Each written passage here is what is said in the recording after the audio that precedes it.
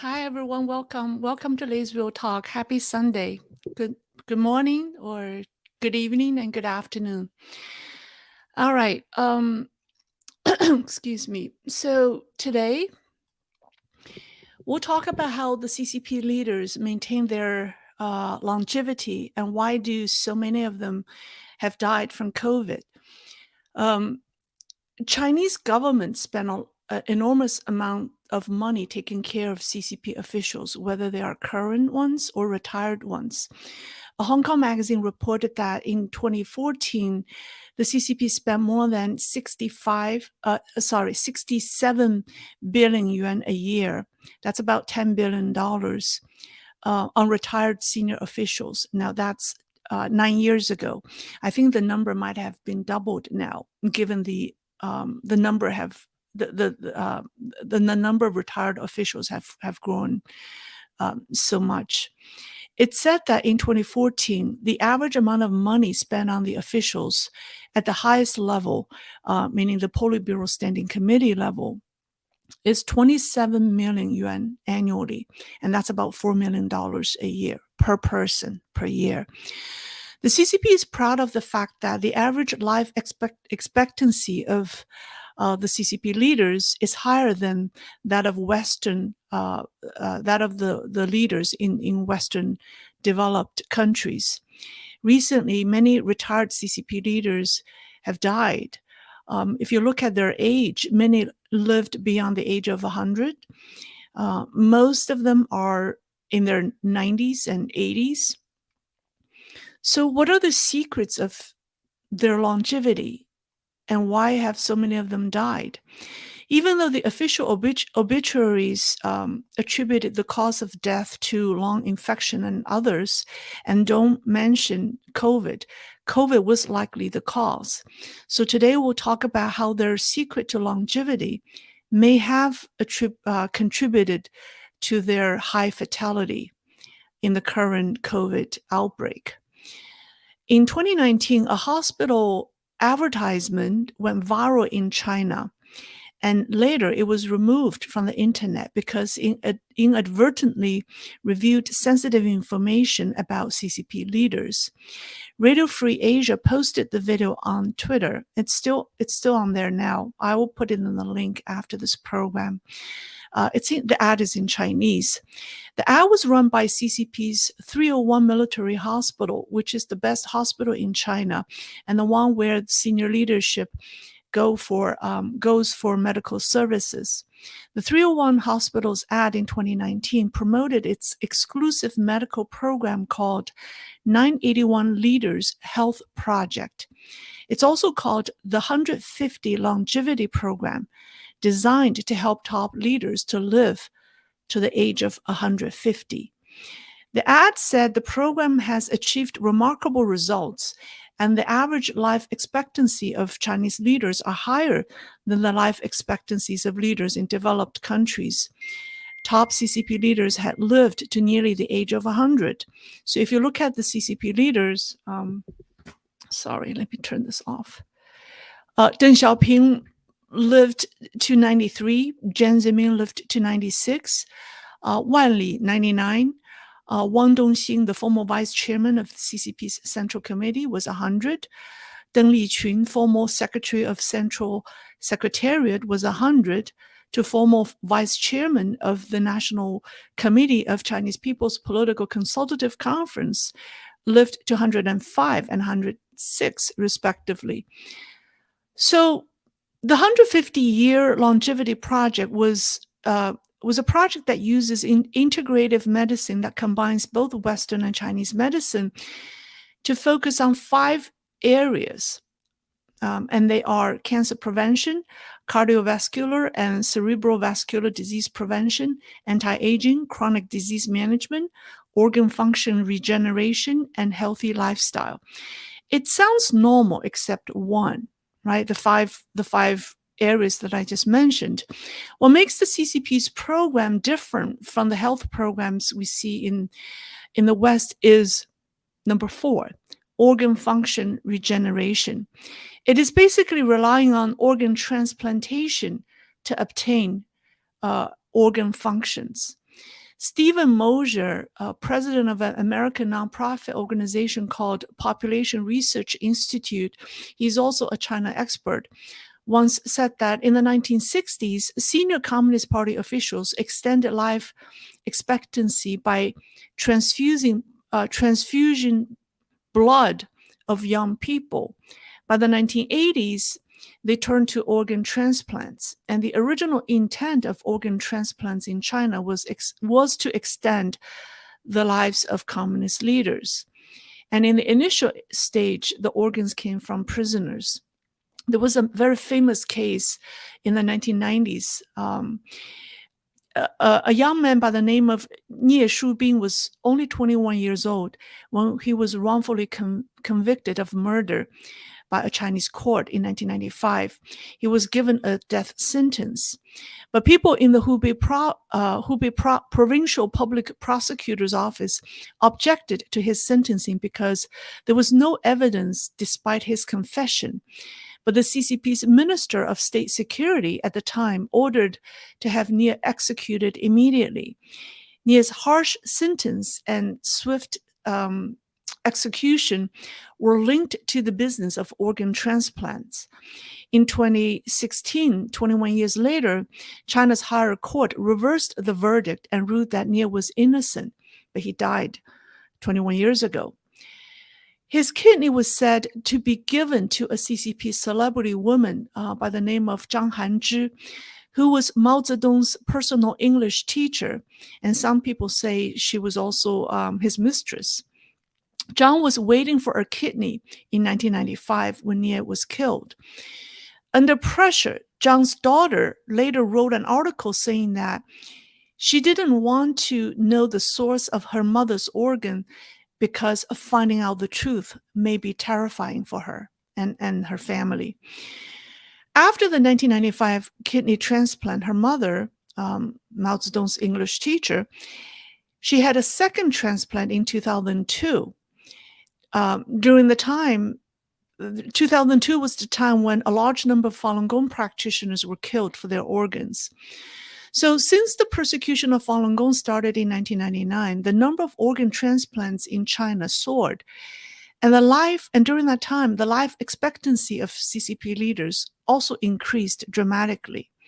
According to the data released by the 981 Health Project, aka the 150-year project, the average life expectancy of CCP leaders was 2 to 3 years longer than that of the leaders in the United States. By 2010, 10 years later, it was 10 years longer than the average life expectancies of American leaders. So what does that tell us? It means innocent people have been killed, so high-ranking government officials and their families can live longer. And the worst is that an organ transplant surgery needs to be repeated every few years because a foreign organ doesn't last more than 10 years. Exiled Chinese billionaire Miles Guo once said that Jiang Mianheng, the son of former CCP leader Jiang Zemin, has kidney cancer, and he underwent 3 kidney transplant surgeries, and 5 people were killed to supply the 3 kidneys he needed. In July 2017, a Japanese website called ZacZac reported that the infamous leadership hospital, the 301 hospital in Beijing, has a large number of physicians and nurses who were trained in the West. The hospital has the most advanced organ transplant technology and is the first Chinese hospital that could perform robotic surgeries in China. The chief of cardiac surgery of that hospital had studied robotic surgery in Japan. However, the CCP leaders' privilege and longevity are now coming back to haunt them. What goes around comes around. In the current COVID outbreak, we've seen high fatalities among the retired CCP leaders. The regime is careful not to release all the names of those who had died, but we can still gather a large list of people. So, for example, on December 31st,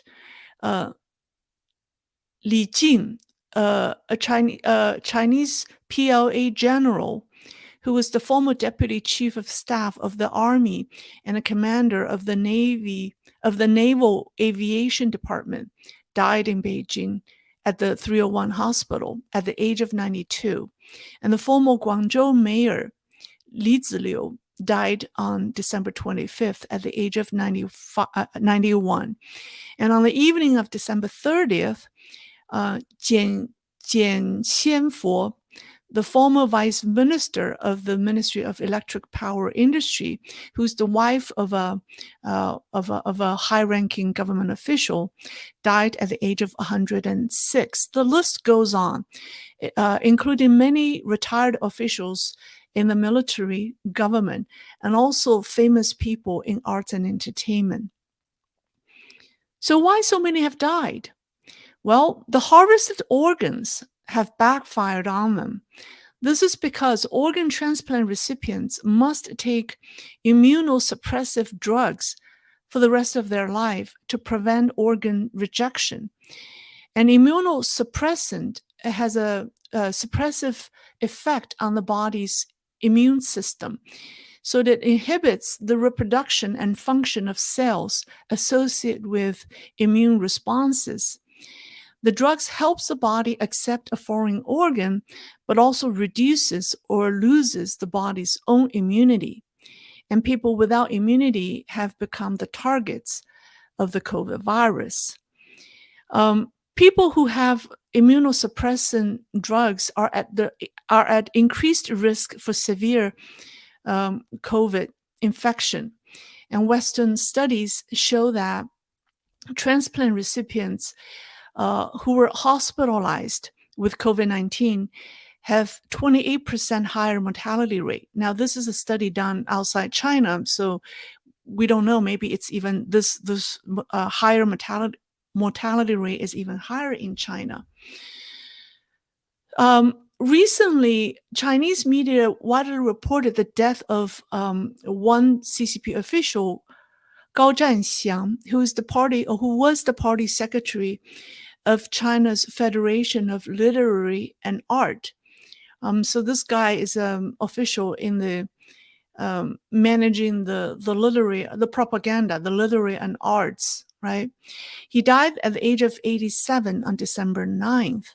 And one of his friends wrote a post online to commemorate him. And the post inadvertently revealed a detail. And it said that over the years, Gao had tenaciously fought with diseases, and many of his organs had been replaced. And that Gao jokingly had said that many of his body parts were not his own. And Chinese netizens reacted upon the revelation of that detail, and they asked a question. So how many people were killed to keep this guy alive? And if you look at this person's rank, he wasn't that high of an official, right? So there are tens of thousands of officials at his level. So the question is, how many Chinese have been killed to keep these government officials alive, to ensure their longevity? And his death, and this post, and his death, or the death of this official, reminds people of the missing boy from Jiangxi. Remember the 15-year-old boy who went missing more than 2 months ago? I made a video on that story. I believe the video came out on November 30th. It's called "Where Are the Missing Boys?" You can check it out later. So 2 months after the boy went missing, the authorities still have no updates on him. And many Chinese are following the case because they suspect he has been a victim of organ harvesting. On New Year's Day, the police in Jiangxi, or in his city, announced that the boy has left the school on his own because he was upset with the school. His mother, however, posted a video on January 5th saying that she believed her boy has been a victim of crime. The Jiangxi municipal police responded to her post on January the 7th, which was yesterday, that they made no progress on investigating his disappearance and doesn't have any clue at this point about the boy's whereabouts. Now, Chinese people have this daring question: why Chinese government's massive digital surveillance cameras and big data are able to, within days, identify and arrest students who participated in the white paper movement at night, but have failed to identify a 15-year-old boy who went missing in broad daylight after 2 months. And various sources of information on the internet have revealed that Hu Xinyu, which is the name of the boy, the 15-year-old boy, has a rare blood type. It's the P type. And there are only about a dozen of people in China who have this type of blood, and that a high-ranking official who has the same blood type was sick. People also pointed out that the boy's academic score was significantly below the score required to be admitted to this school. The school is a private school. And his family isn't wealthy enough. His family isn't wealthy. I think his father is a porter working for a luggage factory, and his mother is a nanny. So his family isn't wealthy, so it's unlikely that they paid the school to get him enrolled. So the question is, what motivated the school to make an exception to admit him when his academic score was so much lower, right, than the required score? Was it his blood type? By the way, in China, schools administer health exams for students because people generally don't have family doctors. Also, someone reviewed that whose high school principal and his wife owned a total of 9 businesses, but after the boy disappeared, they hastily closed 5 businesses, 5 of them. So, what business were they involved in? And there had also been other students who people say went missing before Hu at the school. And there are claims of evidence, including a blanket that has bloodstains, an audio recording of Hu, a mysterious chemistry lab in the basement of the school, so on and so forth. People want to know the truth, but the police have denied them all as rumor, but did not provide any updates, and claim that there isn't, and even the police claim that there isn't enough evidence to even initiate a criminal investigation. The boy's family is being followed and monitored. The school has offered the family money to settle, but the family refused. The boy's disappearance is on the mind of many Chinese because they worry about their children's safety. Now, I'm not saying I'm not saying all of the claims on the internet are true or have been verified. I'm definitely not saying that. I'm only telling you what we have seen about various claims. But what's odd to me is the police did not bother to investigate them, or even if they have investigated them, they did not provide any evidence to deny any of the claim. They just blankly say they're not true, and therefore they're not investigating. So what I want to say at this point is when one Chinese general, the PLA general Zhang Zhen, died at the age of 101 in 2015, a pro-CCP Hong Kong media called Dongwang, maybe in English I could call that EastNet, said it very well in its article. It pointed out that Zhang lived to the age of 101 not because of some useful health secrets. It said that his health secrets are not useful for ordinary Chinese. The real secret of Zhang Zhen's longevity is his status as a senior official. It's because the party and the people had kept him alive at any cost. This is written by a Hong Kong media that's pro-CCP in 2015. At any cost is a jargon that the CCP often uses. In Chinese, it's called 不惜一切代价. I think those who grew up in China have heard of this from time to time. It means that the regime would do anything, including committing a crime, in order to achieve its goals. As more and more CCP leaders have retired and lived longer, the demand for organs have soared, and Falun Gong practitioners aren't enough, and prisoners of conscience aren't enough to meet their demand. The victims have expanded to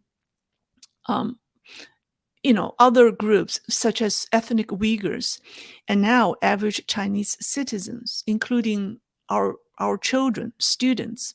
And this is because the CCP leaders don't take organs just from anyone. They require organs from young people under the age of 30. I believe this program is very difficult for me, I must say, but I believe what goes around comes around. Why are we seeing such a massive outbreak in China right now in COVID? Why so many have died? Could it be retribution? The CCP officials alone are not able to commit such atrocious crime. What about the medical professionals who have assisted? What about the school teachers? What about those who helped them hide the truth? What about all those people who know the truth but have lied? They're not a small number in China.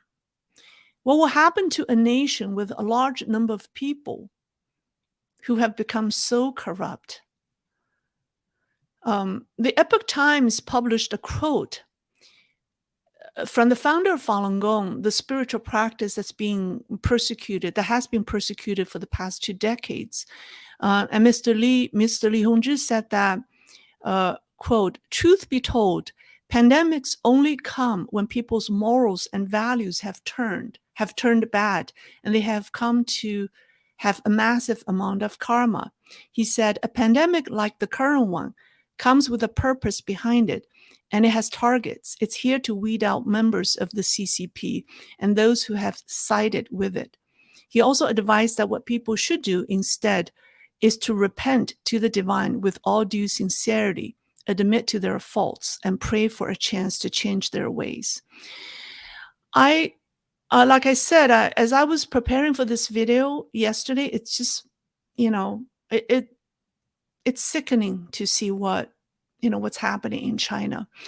I don't want to see a lot of Chinese die because they blindly follow the CCP.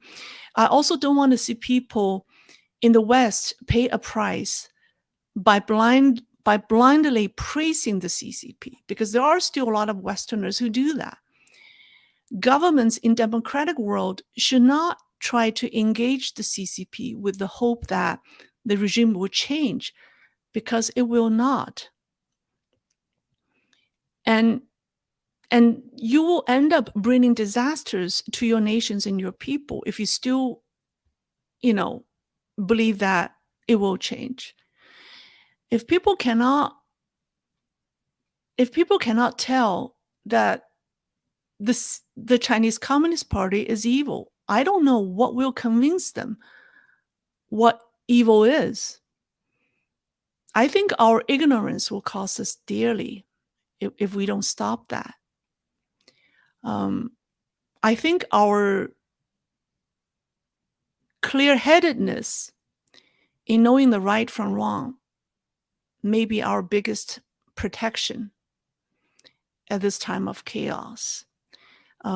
This video is not easy for me, but I think it's an important one because it is very sad. That's all.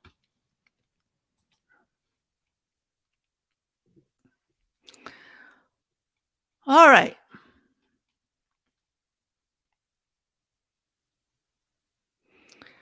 All right. I think I'll end it here. Um,